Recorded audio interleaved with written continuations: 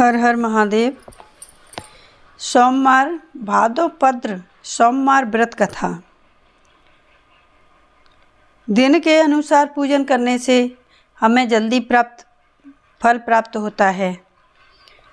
हिंदू धर्म में लगभग 33 कोटि देवी देवताओं की पूजा अर्चना होती है। हफ्ते के 7 दिन अलग अलग ग्रहों देवी देवताओं के व्रत और पूजन अर्चना का विधान है। आइए जानते हैं कि किस दिन आपको किस देवी देवता का पूजन करना चाहिए। शास्त्रों के अनुसार सोमवार को भगवान शिव जी की पूजा अर्चना की जाती है और इस दिन व्रत करने से भगवान शिव और देवी पार्वती प्रसन्न होती हैं। इसलिए इस दिन सोमवार के दिन शिव पार्वती का ही पूजन करना चाहिए। महत्व: सोमवार का व्रत बेहद ही सरल होता है। जीवन में धन धान्य से भर जाता है।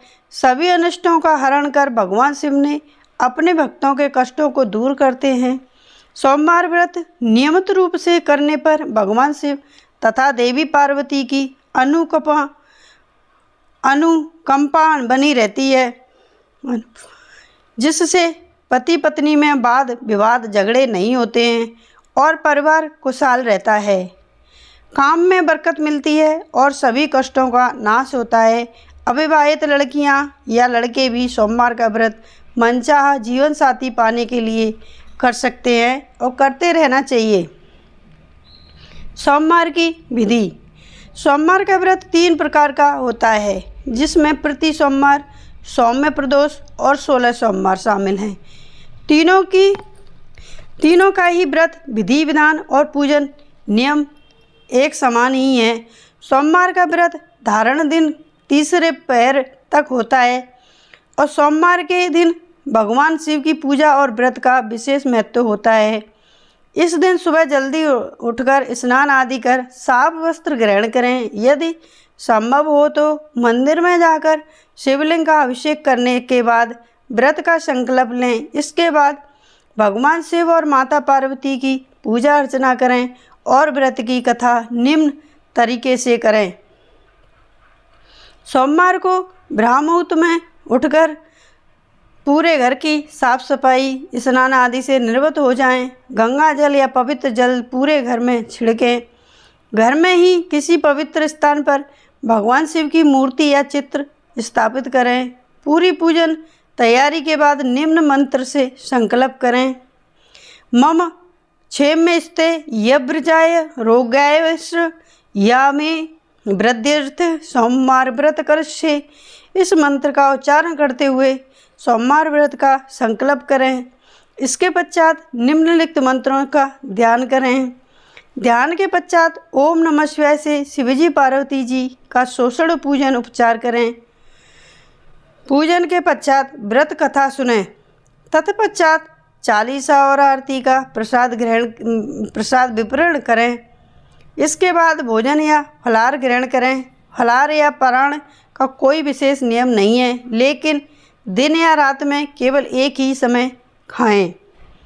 इस दिन किस रंग के कपड़े पहनें? शिवजी का दिन मतलब शीतल, शांत और चंद्र दिन है, तो इस दिन सफ़ेद और एकदम हल्के रंग का वस्त्र पहनना फायदेमंद होता है, जैसे सफ़ेद, सिल्वर, क्रीम, हल्का गुलाबी, हल्का नीला, आसमानी और हल्का पीला। सोमवार व्रत की पौराणिक कथा। सोमवार व्रत कथा: अमरपुरी नगर में एक धनी व्यापारी रहा करता था। दूर दूर तक उसका व्यापार फैला हुआ था। नगर में उस व्यापारी का सभी लोगों के साथ मान सम्मान करते थे। इतना सब कुछ होने पर भी वह व्यापारी अंतर्मन से अंदर से बहुत दुखी रहता था, क्योंकि उस व्यापारी का कोई पुत्र नहीं था। दिन रात उसे एक ही चिंता सताती रहती थी कि उसकी मृत्यु के बाद उसके इतने बड़े व्यापार और धन संपत्ति को कौन संभालेगा। पुत्र पाने की इच्छा से वह व्यापारी प्रतिदिन सोमवार भगवान शिव की पूजा व्रत किया करता था। सायंकाल को व्यापारी शिव मंदिर भी जाया करता था। भगवान शिव ने सामने घी का दीपक जलाया करता था। उस व्यापारी की भक्ति देखकर एक दिन पार्वती जी भगवान शिव से कहा, हे प्राणनाथ, यह व्यापारी आपका सच्चा भक्त है। कितने दिन से यह सोमवार का व्रत और पूजन नियमित रूप से कर रहा है। भगवान, आप इस व्यापारी की मनोकामना पूर्ण अवश्य करना चाहिए। इसकी मनोकामना आप पूर्ण क्यों नहीं कर रहे हो? इसकी पूजा में ऐसी क्या कमी लग रही है आपको? बेचारा दिन और रात आपका सेवन करता है, आपकी पूजा करता है, आपका नाम जपता है, और फिर भी आप इसकी इच्छा संपूर्ण नहीं कर रहे हो। भगवान शिव ने कहा, मुस्कुराते हुए कहा, हे पार्वती, इस संसार में सबको उसके कर्म के अनुसार फल प्राप्त होता है। प्राणी जैसा कर्म करते हैं उन्हें वैसा ही फल प्राप्त होता है। इसके बावजूद पार्वती जी नहीं मानी और उन्होंने आग्रह करते हुए कहा, नहीं प्राणनाथ, आपको इस व्यापारी की इच्छा पूरी करनी ही पड़ेगी। यह आपका अन्य भक्त है। प्रति सोमवार आपका विविध व्रत रखता है और पूजा अर्चना के बाद आपको भोग लगाकर एक समय भोजन ग्रहण करता है। आपको इसे पुत्र प्राप्ति का वरदान देना ही चाहिए। पार्वती का इतना आग्रह देखकर भगवान शिव ने कहा, तुम्हारे आग्रह पर मैं इसे व्यापारी को पुत्र प्राप्ति का वरदान देता हूँ, लेकिन इसका पुत्र 16 वर्ष के अधिक जीवित नहीं रहेगा। उसी रात भगवान शिव ने प्रसन्न से उस व्यापारी को दर्शन देकर उसे पुत्र प्राप्ति का वरदान दिया और उसके पुत्र के 16 वर्ष तक जीवित रहने की बात भी बता दी कि मैं तुझे वरदान दे रहा हूँ, तेरे पुत्र तो होगा, लेकिन वो 16 वर्ष तक ही जीवित रहेगा, उसके बाद उसकी मृत्यु हो जाएगी। भगवान के वरदान से व्यापारी को खुशी तो हुई, लेकिन पुत्र की अल्प आयु की चिंता में उस खुशी को नष्ट कर दिया और व्यापारी पहले ही तरह सोमवार का विधिवत व्रत करता रहा। कुछ महीने पश्चात उसके घर अति सुंदर पुत्र प्राप्त हुआ। पुत्र जन्म में व्यापारी के घर में खुशियां भर गईं। बहुत धूमधाम से पुत्र का जन्म का उत्सव मनाया गया। व्यापारी को पुत्र जन्म की हार्दिक खुशी नहीं हुई, क्योंकि उसे पुत्र की अल्प आयु के रहस्य का पता था। यह रहस्य घर में किसी और को नहीं मालूम था। विद्वान ब्राह्मणों ने भी उस पुत्र का नाम अमर रखा। जब अमर 12 वर्ष का हुआ तो शिक्षा के लिए उसे वाराणसी भेजने का निश्चय हुआ। व्यापारी ने अमर मामा दीपचंद को बुलाया और कहा कि अमर को शिक्षा प्राप्त करने के लिए वाराणसी छोड़कर आओ।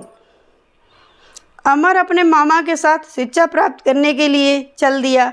रास्ते में जहाँ भी अमर और दीपचंद रात्रि विश्राम के लिए ठहरते, वहीं यज्ञ करते और ब्राह्मणों को भोजन कराते जाते थे। लंबी यात्रा के बाद अमर और दीपचंद एक नगर में पहुँचे। उस नगर के राजा की कन्या का विवाह था। खुशी से पूरे नगर को सजाया गया था। निश्चित समय पर बारात आ गई थी, लेकिन वह वर का पिता अपने बेटे के एक आंख से काने होने के कारण बहुत चिंतित था। उसने इस बात का भय सता रहा था कि राजा को इस बात का पता चले पर कहीं वह विवाह से इनकार ना कर दे, इससे उसकी बदनामी होगी।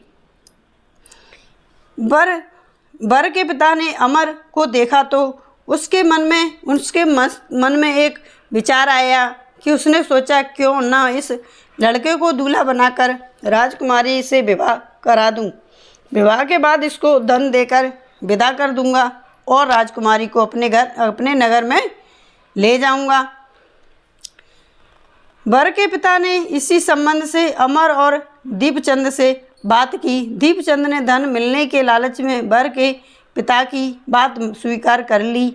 अमर को दूल्हे के वस्त्र पहनाकर राजकुमारी चंद्रिका से विवाह करा दिया गया। राजा ने बहुत सा धन देकर राजकुमारी को विदा किया। अमर जब लौट रहा था तो सच नहीं छिप सकता और उसने राजकुमारी की ओढ़नी पर लिख दिया, राजकुमारी चंद्रिका, तुम्हारा विवाह तो मेरे साथ हुआ है। मैं तो वाराणसी में शिक्षा प्राप्त करने जा रहा हूँ। अब तुम्हें जिस नवयुवक की पत्नी बनाना पड़ेगा वह कान्हा है। जब राजकुमारी ने अपनी ओढ़नी पर लिखा हुआ पढ़ा तो उसने काने लड़के के साथ जाने से इनकार कर दिया। राजा ने सब बातें जानकर राजकुमारी को महल में रख लिया। उधर अमर अपने मामा दीपचंद के साथ बाड़ावासी पहुंच गया। अमर ने गुरुकुल में पढ़ना शुरू कर दिया।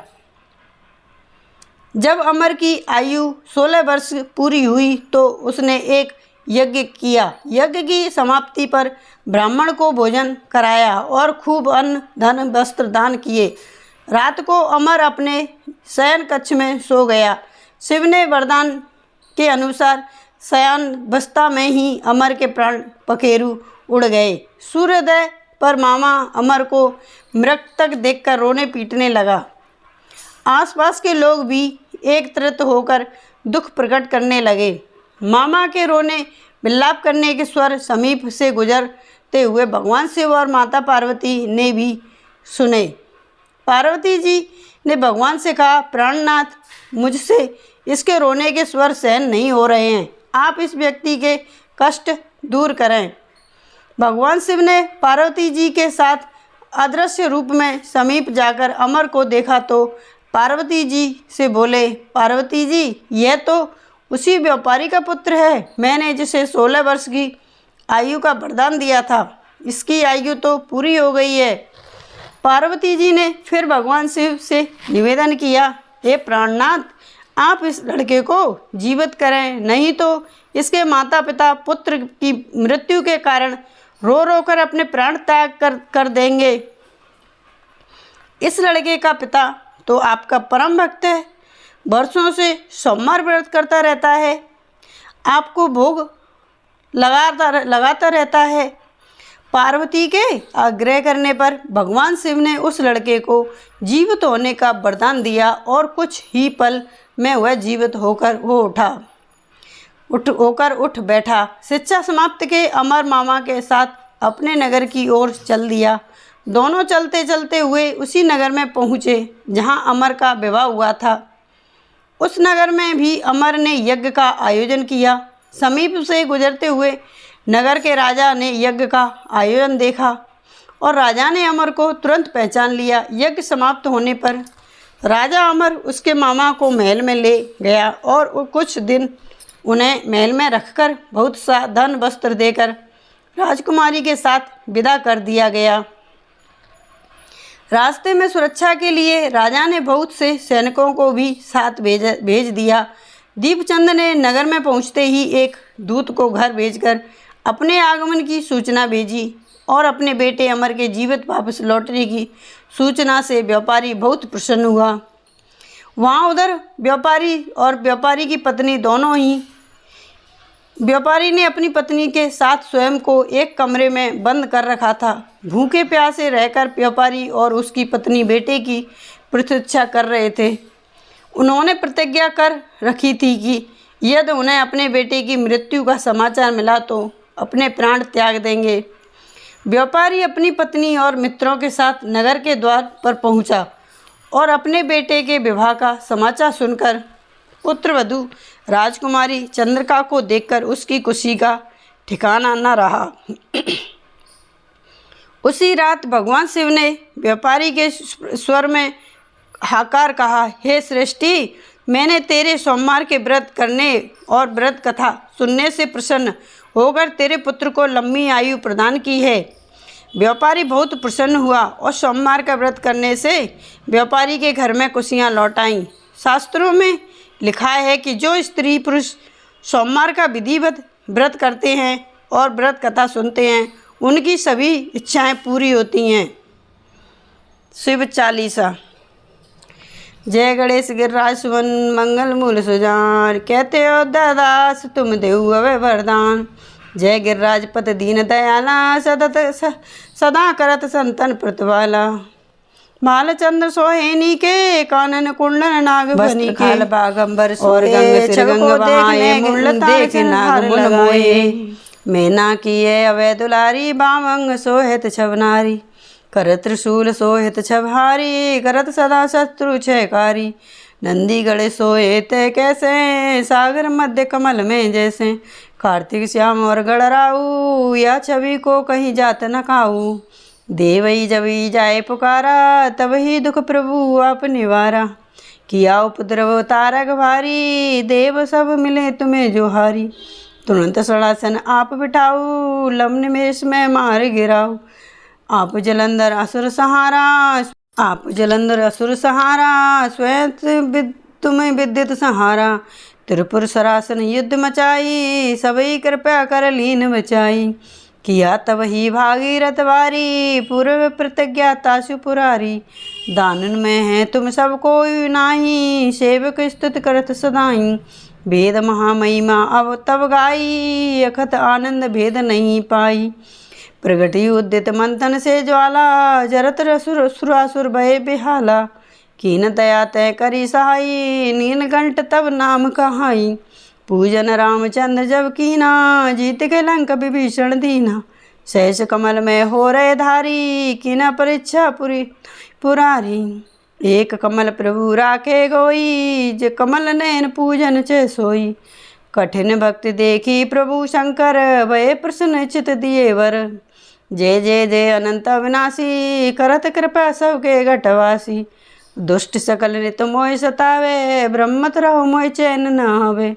त्राही त्राही में नाथ पुकारो, ये अवसर मोय अनुवारो। ले त्रिशूल संस्त्रु को मारो, संकट ते मोय आनो मारो। माता भ्राता सब होई, संकट में ना पूछत कोई। स्वामी एक है आस तुम्हारी, हाय हरऊ मम संकट भारी। धन निर्धन को देत सदाई, के विधि करे तुम्हारी। क्षमऊ ना तब चूक हमारी। शंकर को हो संकट के नाशन, मंगल कारण विघ्न विनाशन। योगी यित मुनि ध्यान लगावे, सारद नारद शीस नवावे। नमो नमो जय नमः शिवाय, सुरवराधिक पार न पाए। जो ये पाठ करे मन लाई, तापर होते शंभु साई। ऋषियाँ जो कोई हो हदकारी, पाठ करे सो पावन हारी। पुत्रहीन कर इच्छा जोई, निश्चय से प्रदाते से होई। पंडित त्रयोदशी को लावे, ध्यान पूर्वक होम करावे। त्रयोदशी व्रत करे हमेशा, ताके तन नहीं रहे कलेसा। धूप दीप नवेद चढ़ावे, शंकर सुमुख पाठ सुनावे। जन्म जन्म के पाप नसावे, अंत धाम शिवपुर में पावे। कहे अयोध्या दासास तुम्हारी, जान सकल दुख हरऊ हमारी। नित नेम कर प्रातः ही, पाठ करो चालीसा। तुम मेरी मनोकामना पूर्ण करो जगदीशा। मंगसर छठ हेमंत ऋतु, बसंत 64 जान। स्तुति पूर्ण कीजिए, शिव की जय कल्याण। शिव की स्तुति करने से हमें मन को शांति मिलती है, करुणा मिलती है, हमें धन की प्राप्ति होती है। शिव व्रत करने से हमारे कष्ट दूर